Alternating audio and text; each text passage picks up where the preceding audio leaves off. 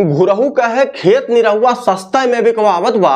घूम घूम और हेर खोज के रोजे गहकी लावत बा। उ रोजे गहकी लावत बा। सूट पहन के बाइक लेके गजब के इनके फिटनेस बा। मिली मुनाफा तब्बे बेची है इ निरहू के बिजनेस बा। मिली मुनाफा तब्बे बेची है इ निरहू के बिजनेस बा। अब घुरहू के बा घर जे सतौले हकर हकर मुंह बावत बा। घुरहू कहे खेत निरहुआ सस्ता में बिकवावत बा। सस्ते में बिकवावत बा। मालिक के है खेत केहू के लग्गिस घात खियावत बा। और 1 बीघा के बात भइल बा 2 बीघा बेचवावत बा। 1 बीघा के बात भइल बा 2 बीघा बेचवावत बा। 10 रुपया के बिकत बा खेतवा 2 रुपया आई बतावत बा।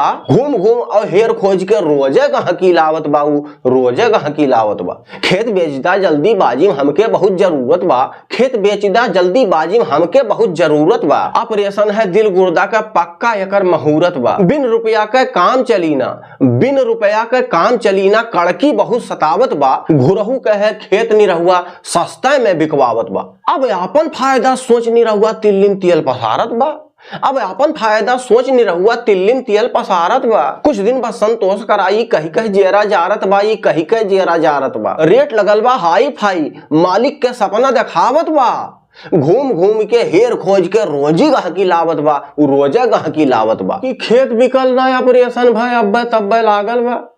खेत बिकलना ऑपरेशन भाई अब्बे तब्बे लागल बा। कुल गहकिन का पैसा लेके घर छोड़ निरहुआ भागल बा। घर छोड़ निरहुआ भागल बा। घेरिन गहकी घुरहू के तब कुछ कहां समझ में आवत बा। घेरिन गहकी घुरहू के तब कुछ कहां समझ में आवत बा। घुरहू के है खेत निरहुआ सस्ते में बचवावत बा। अब घुरहू वैसे दुखी होई के पड़ल बाटे। गुर्दा वैसे खराब हो गइल बा और दूसरे टेंशन देले बा। निरहुआ पूरा रुपया लेके भाग गइल बा और उनके पीछे पूरा गहकी लाग गइल बा। फेल भइल बा गुर्दा दूसरे और विपतिया घेर लीस। यह संकट के घड़ी में ऊपरा वाला मजा कुछ ढेर लीस। यह संकट के घड़ी में ऊपरा वाला मजा कुछ ढेर लीस। अब मर गईली लुट गईली दिन कैसन खुदा देखावत बा।